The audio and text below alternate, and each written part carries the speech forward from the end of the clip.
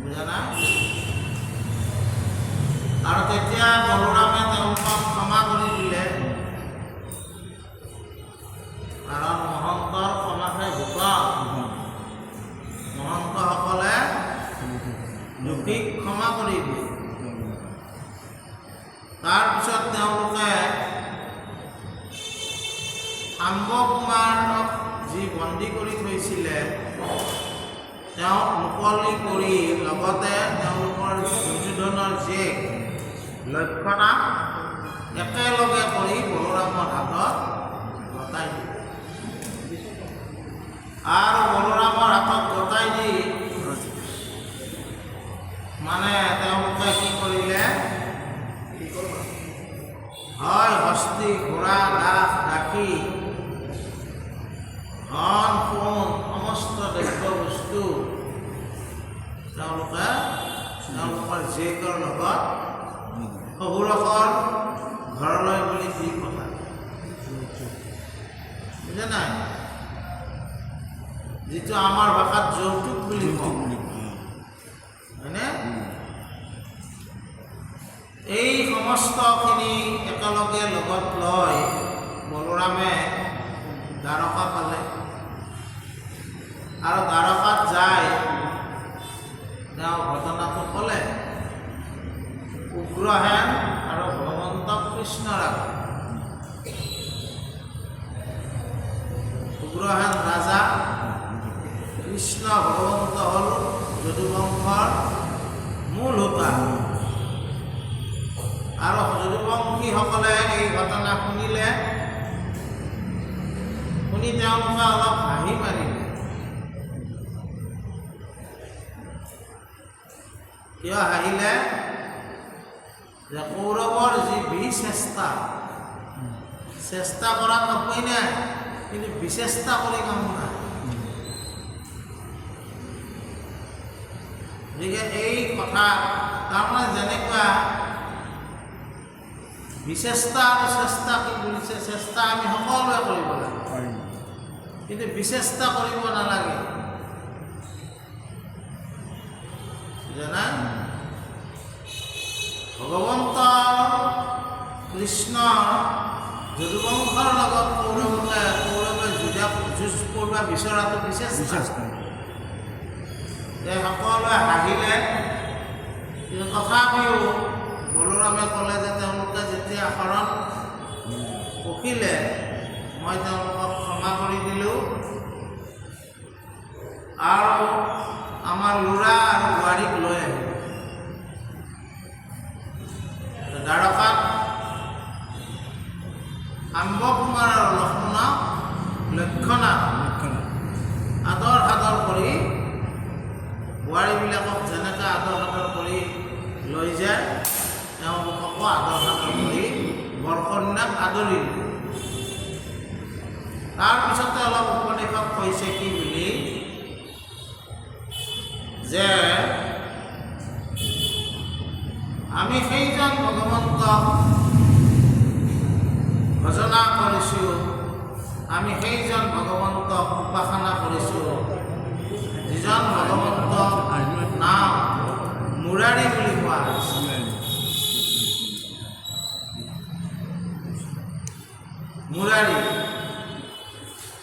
মুৰাৰী মানে যিয়ে বাংশী বজায়, মানে ঈশ্বৰৰ নাম বহুবিলাক, তাৰে ভিতৰত এটা নাম হ'ল মুৰাৰী। মুৰাৰী মানে হ'ল যিয়ে বংশী বজায়।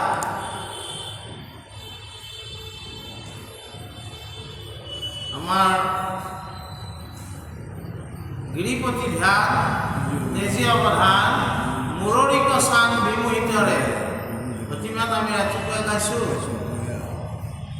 বা গাই থাকোঁ। মানে গিৰিপতি ধ্যান তেজী অৱধান মুৰলীক চান বিমোহিতৰে তহু জগন্নাথ কি দাসী মাধৱ হৰিৰা ভগৱতৰে। যে মহাদেৱৰো ধ্যান এই ভগৱন্তৰ বাংশীৰ ধ্বনি শুনিলি মানে তেওঁ ধ্যান সামৰি থয়।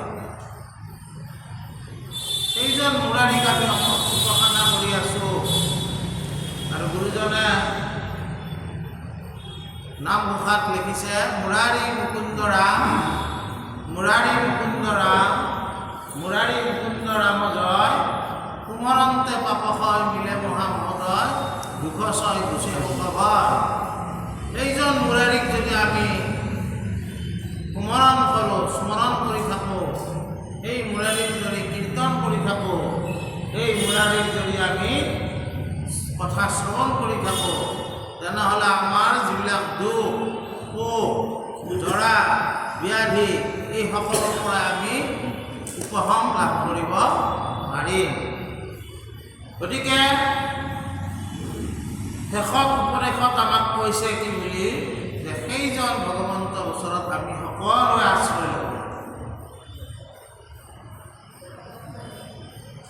কাৰণ আমি মাধৱদেৱে যেনেকৈ ভাত গাইছে সহস্ৰ সহস্ৰয়তি অপৰাধ দিনে ৰাতি গৰময়ী মহামূৰ আমি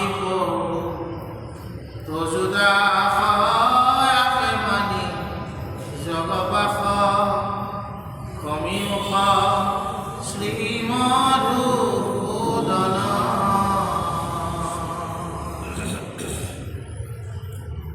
আমি দিনে ৰাতি সহস্ৰ সহস্ৰ অপৰাধ কৰি আছোঁ প্ৰভু। গতিকে আমাৰ দৰে মূঢ়মতীক তুমি ৰক্ষা কৰিবা। তুমি আমাক ক্ষমা কৰিবা আৰু তোমাৰ চৰণ তলত আমাক দাস হৈ থাকিবলৈ তুমিয়ে আমাক কৃপা কৰিবা। এই বুলি উপদেশত এই কথাবিলাক কৈছে আৰু শেষত এই দশমখিনি অনন্ত কন্দলী লিখা। যদিও মানে অনন্ত কন্দলী ব্ৰাহ্মণ আছিল, কন্দলী মানে ব্ৰাহ্মণ, তথাপিও শংকৰদেৱৰ ওচৰলৈ গৈ এদিনাখন মহাপুৰুষ শংকৰদেৱ গুৰুজনক ক'লে যে বাপ কৃপালু গুৰু তোমোৰাৰ আমাৰ উচিষ্ট ভোজন কৰিব ইচ্ছা যায়। উচিষ্ট মানে এৰা। শংকৰদেৱে ক'লা যে তুমিতো ব্ৰাহ্মণ, মইতো কায়স্থ, মই ক্ষুদ্ৰ মানুহ, ক্ষুদ্ৰৰ এৰা কিয় খাব লাগে? নহয়, তোমোৰাৰ বৈশিষ্ট্য আমি ভোজন কৰিব ইচ্ছা যায়।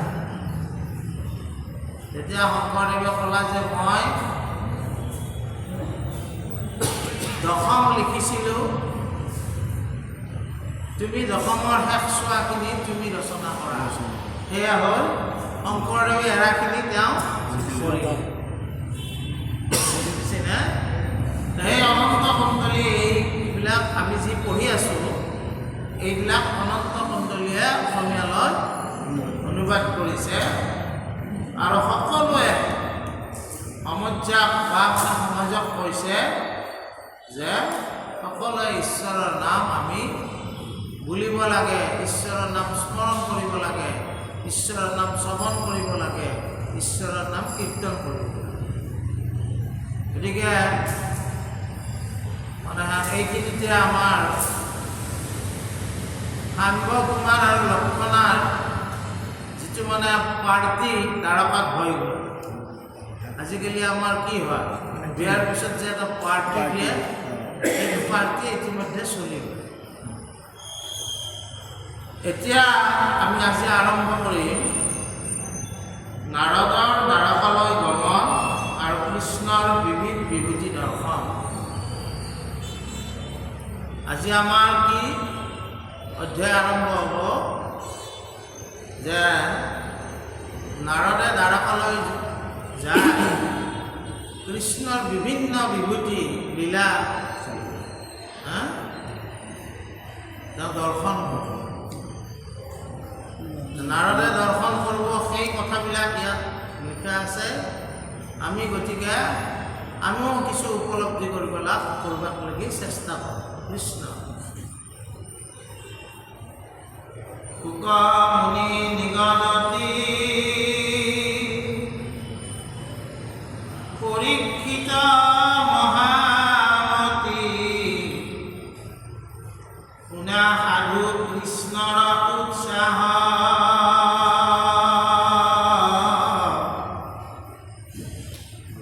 দেখো নীলে হৰি নৰকাসুৰক মাৰি কন্যাগণ কৰি লবি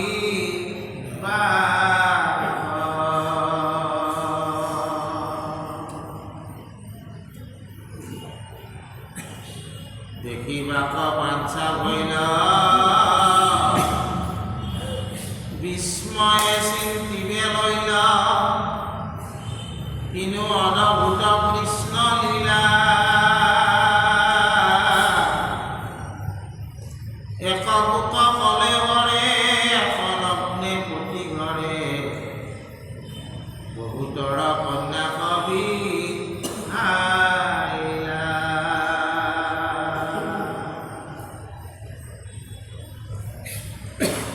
সম্পতিবা কেনে কৰি এক কৃষ্ণ বহু নাৰী ঘৰে ঘৰে কৰন্দৰ মন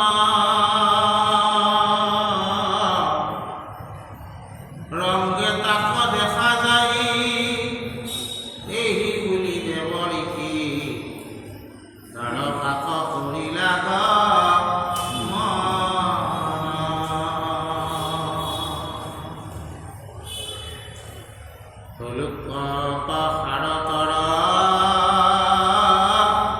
কৃষ্ণৰ দ্বাৰকা তুমি দেখিলা নাৰদ মুনি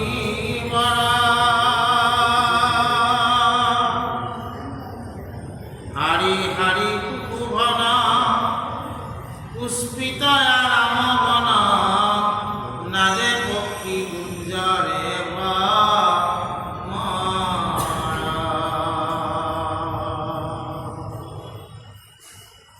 এই ভাগৱত কথা যেহেতু পোকে পৰীক্ষিত কৈ আছে,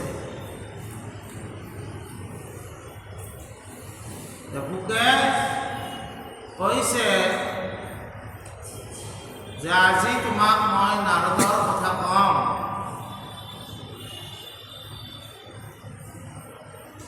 নাৰদে এদিনাখন মনতে ভাবিলে যে কৃষ্ণৰ আঠটা মহীয়সী অষ্টমহীয়সী আছে, ৰুক্মিণী, জাম্বৱতী, সত্যভামা, লক্ষণা, ভদ্ৰা, এনেকৈ আঠটা মুঠ অষ্টমহীয়সী আছে। আৰু নৰকাসুৰক আমাৰে অসমৰ নৰকাসুৰ 16,100 পত্নীক ভগৱন্ত পুৰুষে দায়িত্ব গ্ৰহণ কৰি বিয়া কৰে।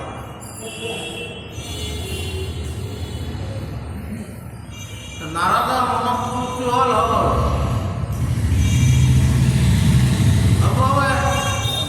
তেওঁ বিয়াই কৰা নাই, ভগৱন্তৰ কি লীলা এইবিলাক। মানুহে এজনী পত্নীকে বিয়া কৰাই মানে সংহাৰ কৰি আগবঢ়াই লৈ যাওঁতে বহুত কষ্টৰ সন্মুখীন হয়। কিন্তু ভগৱন্ত প্ৰভুৱে 16,108জনীক বিয়া কৰাই কেনে সংসাৰ কৰিছে, সংসাৰখন কেনে হ'ব, কাক কিমান সময় দিছে, কাৰ লগত কিমান সময় অতিবাহিত কৰিছে, এইবিলাক কৌতূহলে তেওঁৰ মনত চিন্তা বঢ়াই দিলে। এই চিন্তা দূৰ কৰাৰ কাৰণে নাৰদে কি কৰিলে, দ্বাৰকালৈ গ'ল। আৰু দ্বাৰকাত তেওঁ দেখিলে যে বঢ়িয়াকৈ দ্বাৰকা নগৰখন সজাই পৰাই ভগৱন্তই তুলিছে।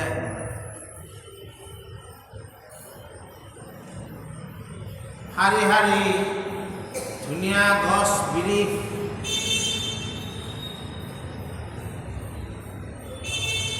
বিভিন্ন সুশোভন মানে ফুল ফল মানে বাগান, এই সকলোবিলাক ধুনীয়া ধুনীয়া মানে ঘৰ গৃহ, এই সমস্ত দেখি নাৰদৰ মানে মনত আনন্দ লাগে। আমিও যেতিয়া কৰিবলৈ যাম, ধুনীয়া পৰিৱেশ দেখিলে আমাৰো মনত আনন্দ হয়, বুজে নাই? ঠিক তেনেকৈ নাৰদেও তালৈ গ'ল, যায় আৰু কি হ'ল,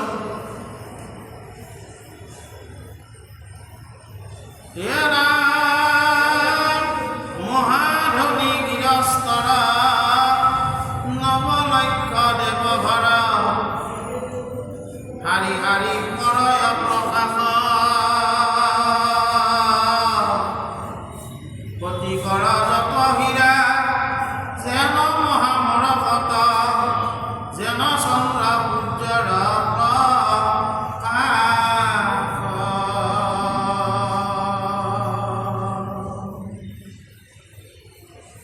চন্দনে লেপিত যত, পদূলি চোতাল পথ, বহল নিৰ্মল ৰাজবাট, থানে থানে শুভে সভা, মহাজনে কৰে সভা, ও পদূলি পদূলি কৰে হাত,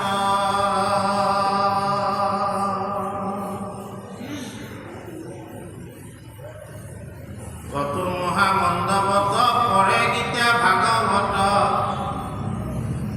তৰ্ক ব্যাকৰণ বখানয়, ঘৰে ঘৰে দেৱঘৰ, জলে মহামনোহৰ, হৰিৰ কীৰ্তন জয় জয়।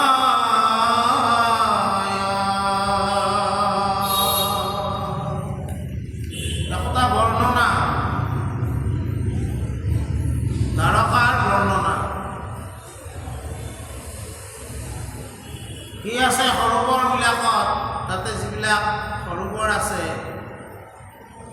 ধুনীয়া ধুনীয়া শংখ বা সাৰস, আমাৰ যে চৰাইবিলাক বিলত পৰে, কাম চৰাই আৰু সাৰস চৰাই বুলি কয়, বগলীৰ দৰে এইবিলাক চৰাই তাত পৰি তেওঁলোকে শোভা কৰি আছে। আৰু নৱলক্ষ গৃহ আছে দ্বাৰকা, গৃহবিলাকত তেনেকুৱা সুন্দৰ সুন্দৰ হীৰা মাণিক মৰকত এইবিলাক খচিত কৰি আছে। দৰ্জা দুৱাৰত বেৰত সুন্দৰ ঘৰবিলাক দেখিলে দেৱগৃহ যেন লাগে। আৰু চোতালবিলাক কেনেকুৱা, চোতালবিলাক চন্দনে লেপন কৰা, সুন্দৰ, তাৰমানে সুন্দৰ পৰিৱেশত আছে। এইবিলাক কথানো কিয় লিখে শাস্ত্ৰত? ইয়াৰ দ্বাৰা আমাক কৈছে তোমালোকৰ ঘৰখনো ধুনীয়াকৈ ৰাখিবা, বুজা নাই? গুৰুজনৰ দিনত মাধৱদেৱ গুৰুজনৰ দিনত এঘৰ গৃহস্থই তেওঁলোকৰ মানে টকা পইচা ধন ঐশ্বৰ্য কমি অহাৰ কাৰণে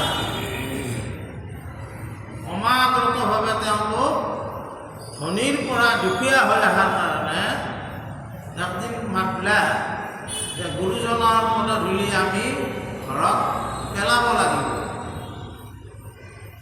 গৃহক আশা সমুদায় পবিত্ৰ কৰিও পদধূলা এইবুলি গুৰুজনৰ ওচৰত তামোল পাণ লৈ গ'ল।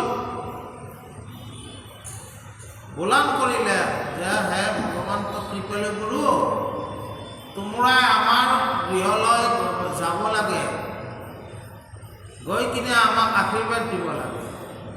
অলপ ভক্তি ধৰ্ম, শ্ৰৱণ কীৰ্তন ভক্তি ধৰ্ম আমাৰ গৃহত কৰিব লাগে।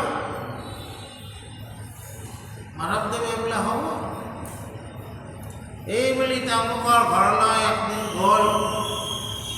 যাই দুৱাৰ মুখতে তেওঁলোকে আদৰ কৰি নিবা আহিল।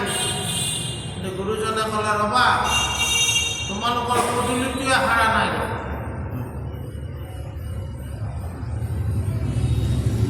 তাৰমানে আমাৰ ভকত কাৰণ আহিলে যে আমাৰ আগতে আজিকালি সেই নিয়মটো অলপ কমিছে। আগতে যদি আমাৰ আটাই তিথি থাকে, আগৰ দিনা অলপ আহোচ খেদায়। আহোচ বুলি কওঁ আমি, অখোজ। আমি আমাৰ ভাষাত আহোচ বুলি কওঁ। তাৰমানে চাফ চিকুণটো পূৰা একেবাৰে পীৰাৰ পৰাই, চালনীৰ পৰাই, ঘটিৰ পৰাই, বটাৰ পৰাই চববিলাক কি কয় ধুই পখালি দিয়ে। কাৰণ কিয়? এইবিলাক সদাচাৰ। যিটো ঘটি আমি ভগৱানলৈ পানী বুলি আগবঢ়াই দিম, সেই ঘটিটো চাফা হ'ব লাগিব।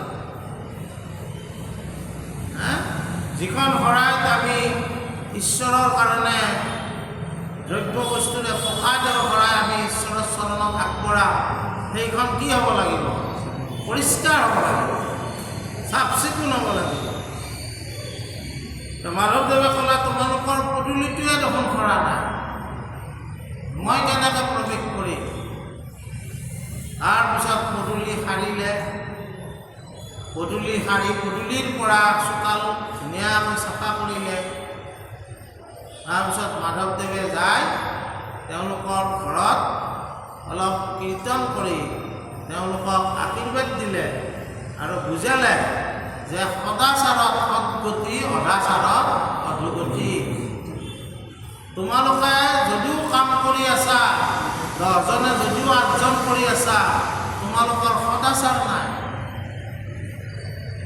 যি ঘৰত সদাচাৰ নাথাকে সেই ঘৰত লক্ষ্মী সৰস্বতীয়ে প্ৰৱেশ নকৰে। আৰু যি ঘৰত সদাচাৰ থাকে সেই গৃহতহে লক্ষ্মী সৰস্বতী, বিদ্যা, ধন এই সমস্তই কি কৰে? প্ৰৱেশ কৰে। সদাচাৰটো আমাক লাগিব। আৰু আমাৰ আমি যিটো পন্থ আমি অৱলম্বন কৰিছোঁ, এই পন্থটোতো শৰণ হোৱাৰ দিনাতে আমাক গুৰুসকলে কি কৰে? এই সদাচাৰৰ শিক্ষা প্ৰদান কৰে। সেইখিনি মানি চলিব লাগে। আজি আমাৰ এই পাঠটোতো কি কৈছে যে দ্বাৰকালৈ গৈ এই সদাচাৰখিনি নাৰদে দেখা পাইছে। কি সদাচাৰ হৈ আছে? এই ঘৰ দুৱাৰবিলাক সুন্দৰ, পৰিষ্কাৰ পৰিচ্ছন্ন, চোতালবিলাক সুন্দৰ। আমাৰ কিছুমান ঘৰত আজিকালিতো চোতাল নায়ে, আৰু কিছুমানৰ চোতাল সেউজীয়া পৰি থাকে।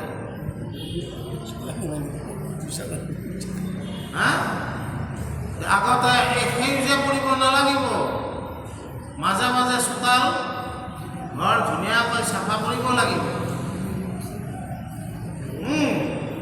তাৰপিছত কি হৈছে যে থানে থানে সভা অনুষ্ঠিত হৈ আছে, ভাল সভা। এই সভাবিলাকত মহাজনে কথা কৈ আছে।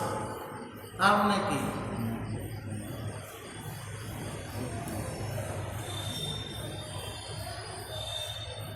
এখন অঞ্চল ভাল হ'ব লাগিলে সেই অঞ্চলত ভাল ব্যক্তিসকলৰ কথা ৰাইজে শুনিব লাগিব। আমাৰ এতিয়া উল্টা হ'ব ধৰিছে।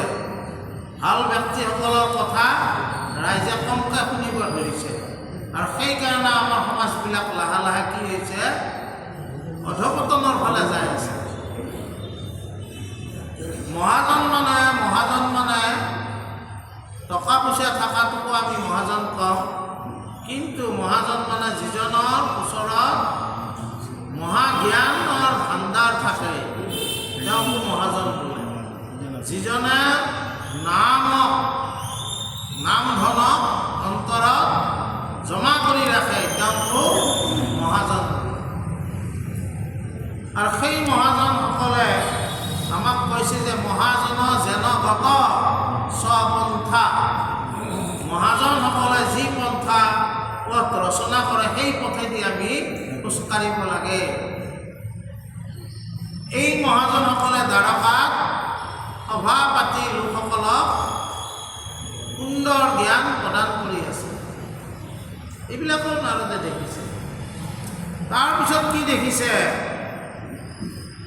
যে ডাঙৰ ডাঙৰ মণ্ডপ সাজি এই মণ্ডপবিলাকত শাস্ত্ৰপাঠ হৈ আছে। গীতা, ভাগৱত, ব্যাকৰণ, নানা ধৰণৰ শাস্ত্ৰ তাত পাঠ হৈ আছে আৰু লোকসকলে সেই শাস্ত্ৰ শুনি আছে। দ্বাৰকাৰ পৰিৱেশটো আমাক অংকন কৰি দেখুৱাইছে। তেনেকৈ তাৰমানে ঘৰে ঘৰে কি হৈছে ভগৱন্তৰ কীৰ্তনৰ ধ্বনি শুনা গৈছে। আমাৰো গুৰুজনে এই ধৰ্মটোকে আমাক দিছে।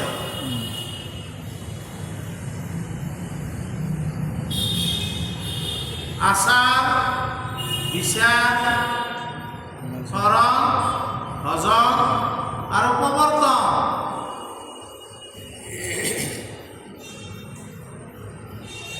আমাৰ ভাস্কৰ মহন্ত আহিলে কতখান আগত দেখি কিয় পাৰি দেওঁ আমি।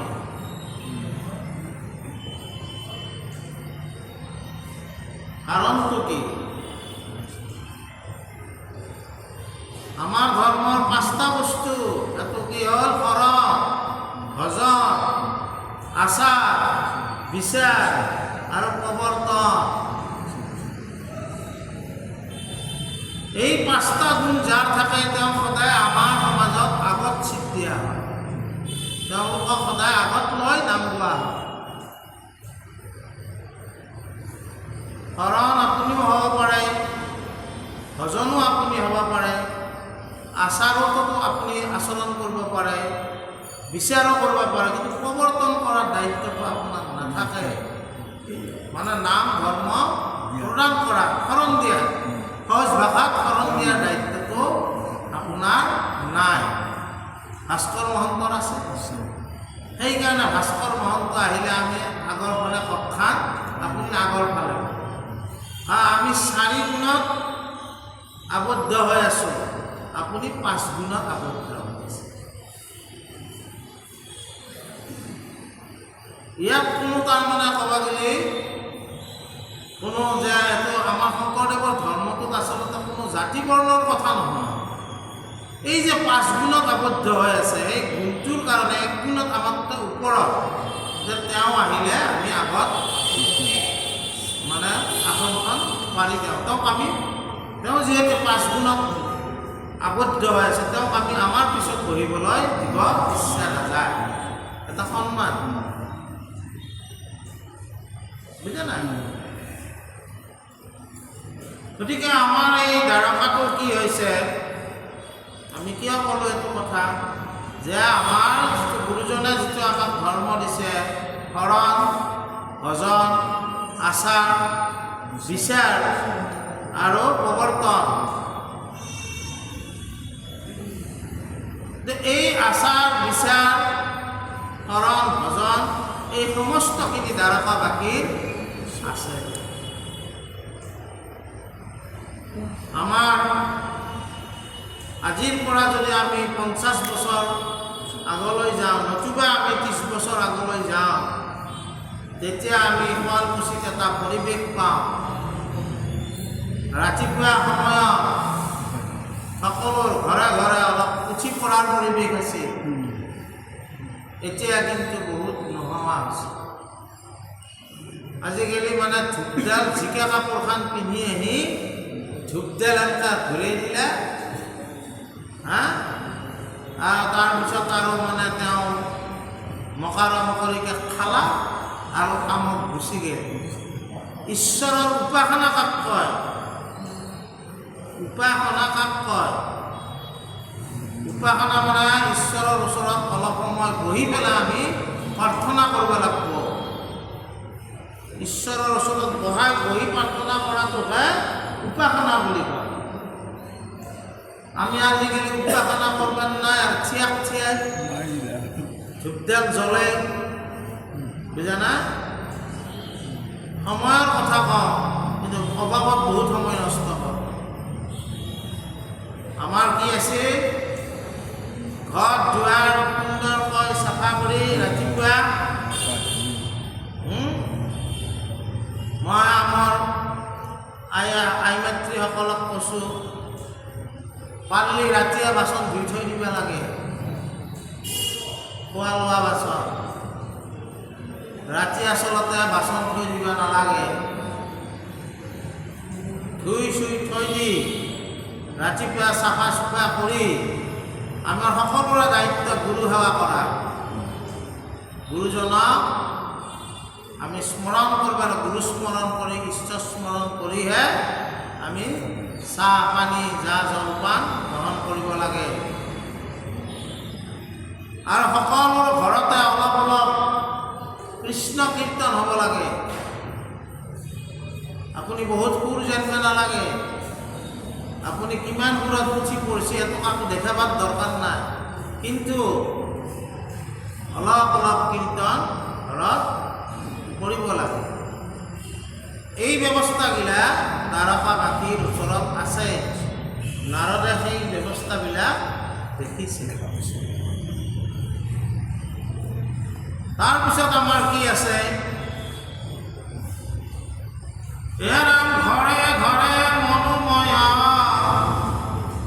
পুতি আছে ধ্বজ ছয়, বায়ু লাগি পতকাহালয়, তাহাৰ ছায়াত লোকে গতি কৰে মহাসুখে, ৰাম কিঞ্চিতিকো তাপে নপায়।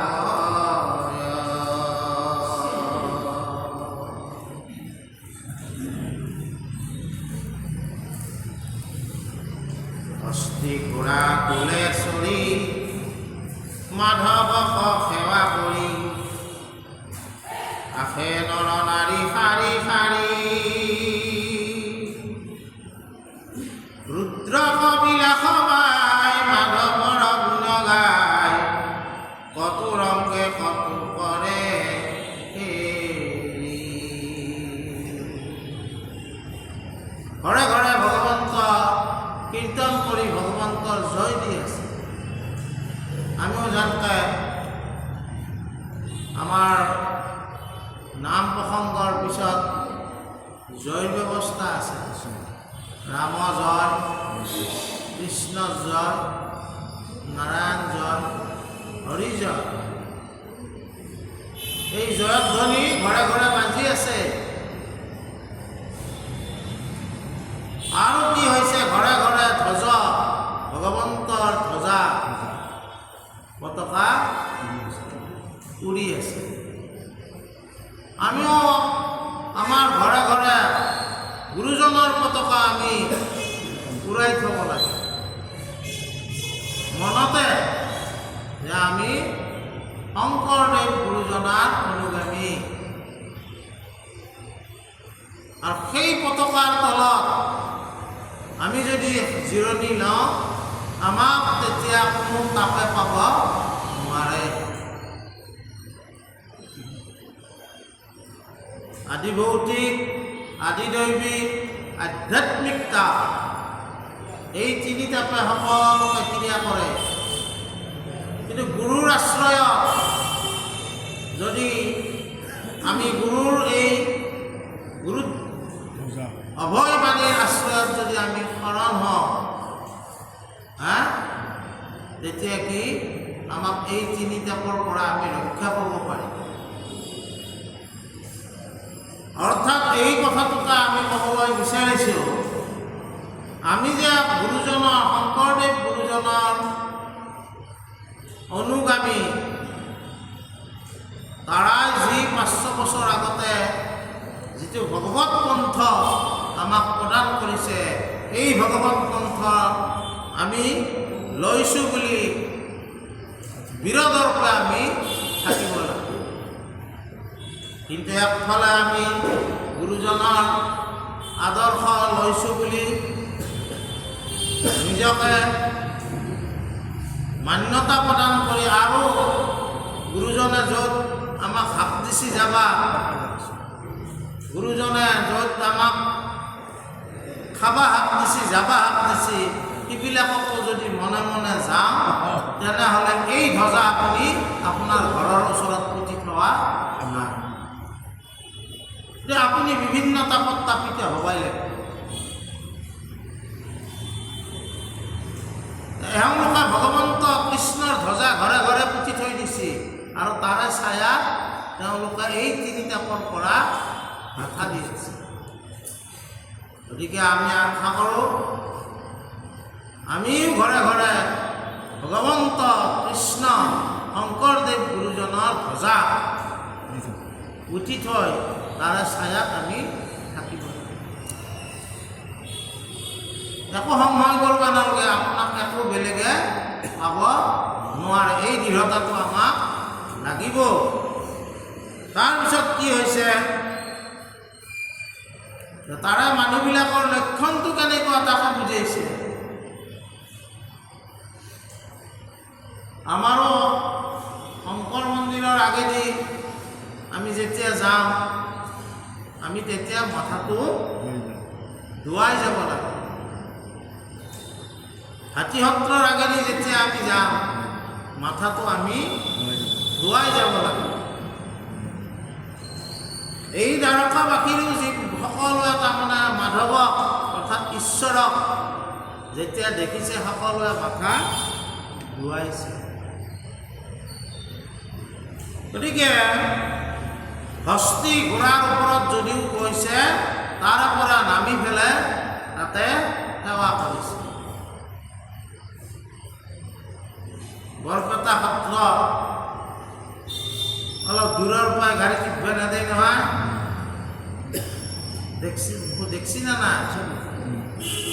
ড্ৰাইভাৰটোক চলাই যাবা দে, উপায় নাই, গাড়ীখন তাত ঠেলি দিবা নহ'লে, কিন্তু বাকীবিলাক নামি যাব লাগে।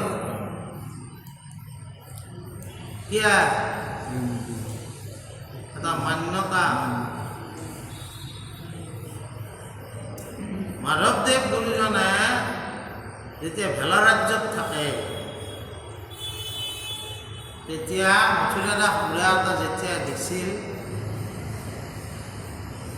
মাধৱদেৱে আপুনি সুধছি বুঢ়া এটাক, মথুৰাদা আমি অহাৰ পিছত কিবা দেখা হৈছে নেকি? বোলে বাপ কৃপালে গুৰু এটা সপোন দেখা হৈছে। কি হ'ব? বেঙে সাপ গিলিছে,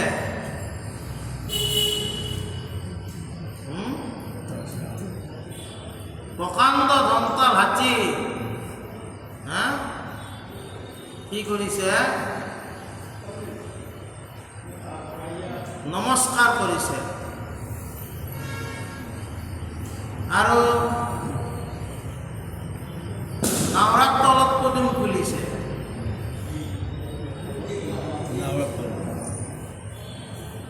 বুজা নাই?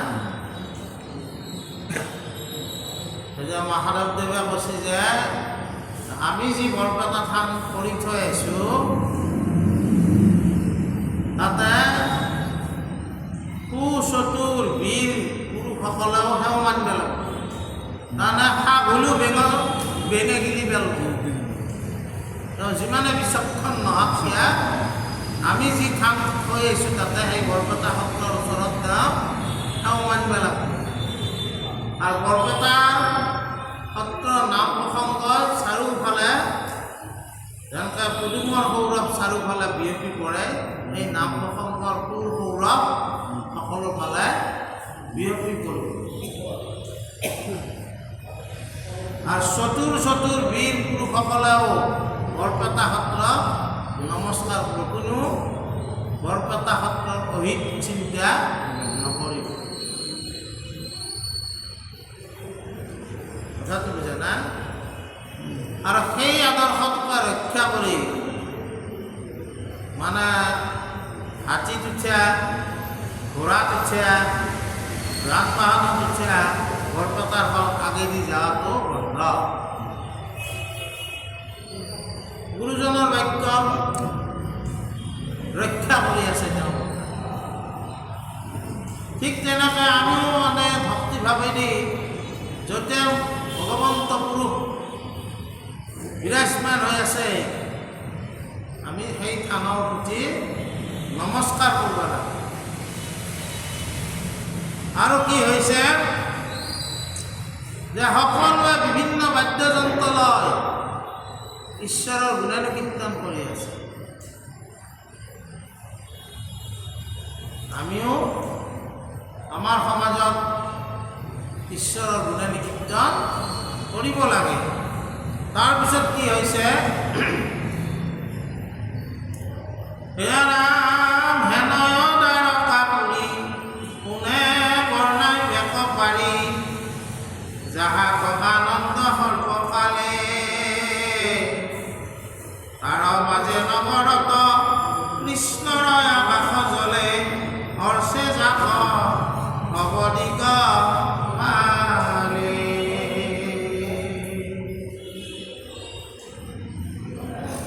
মাধৱৰ পুৰিকান বিশ্বকৰ্মা মহাজন শিল্পকৰ্মে জাত যত মানে মহাযত্ন মনে ধৰি নিৰ্মিয়া কৃষ্ণৰ পুৰী সবে সাজি থৈল এক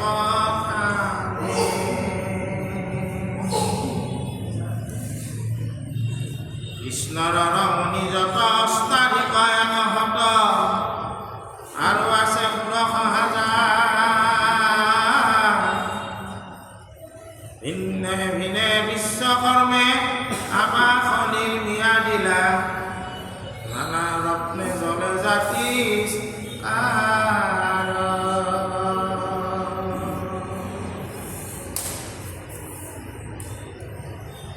তাৰ এক মুখ্য চাই ৰত্নৰ মন্দিৰে যাই নাৰদ পকিলাই অভ্যন্তৰ পুৰসহ ভস্ম গৃহে অলংকৃত হৈ আছে সবাতোৰ উত্তম মনোহৰ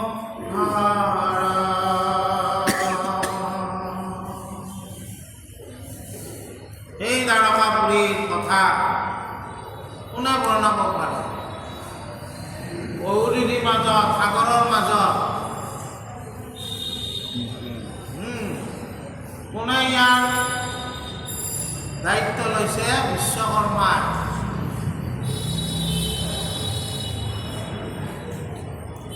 গতিকে দ্বাৰকাপুৰীৰ নিৰ্মাণ শৈলী কাৰো লগত তুলনা নহয়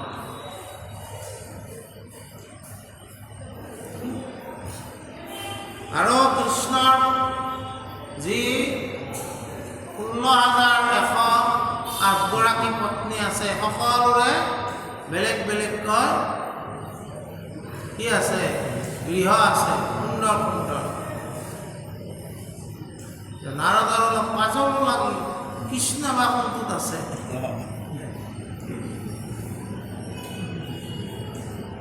কথাটো বুজা না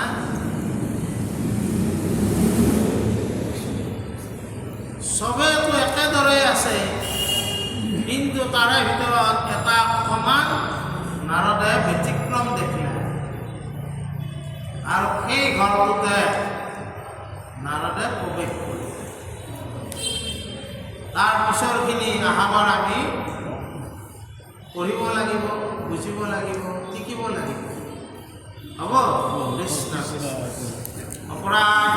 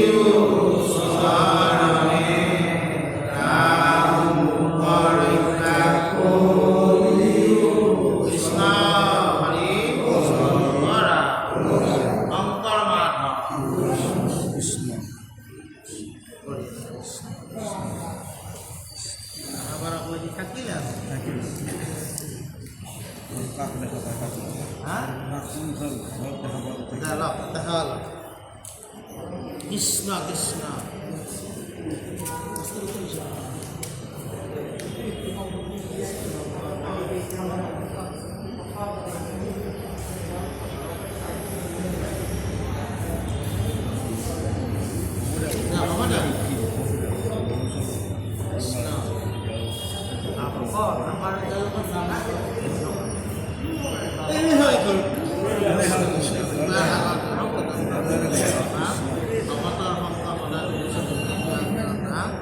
আজি এই ভগৱন্তৰ চৰণত যি শৰাই ভাগ দিয়া আছিল, সেই শৰাই ভাগৰ কাৰণে আমাৰ সভাপতি উপসভাপতি দ্বাৰাসকলে দায়িত্বখিনি গ্ৰহণ কৰি তাহাঁতি জনাইছে ঈশ্বৰ পুৰুষে কল্যাণ কৰিব, ভগৱন্ত পুৰুষে কল্যাণ কৰাৰ কাৰণে নামৰ মুখে প্ৰসন্ন কৰি আহিব।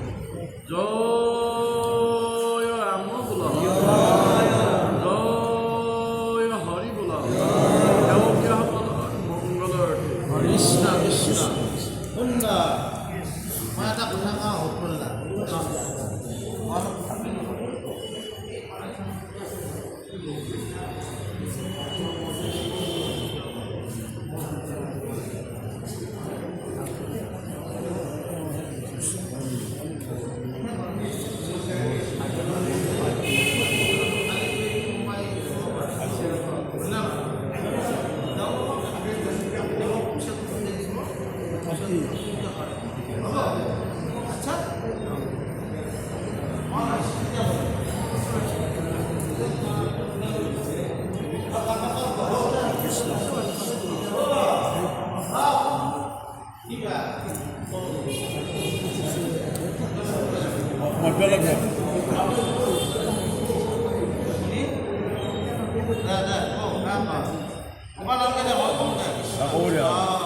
আমাৰ এই পখিলা কাকতি বোলা ছোৱালীটো শুনি আছে, পখিলা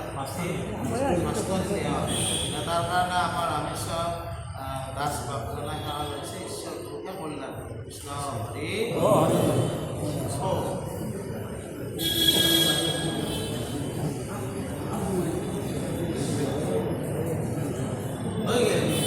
পখিলা ফুলি থাকিব, আমি খাম নহয়।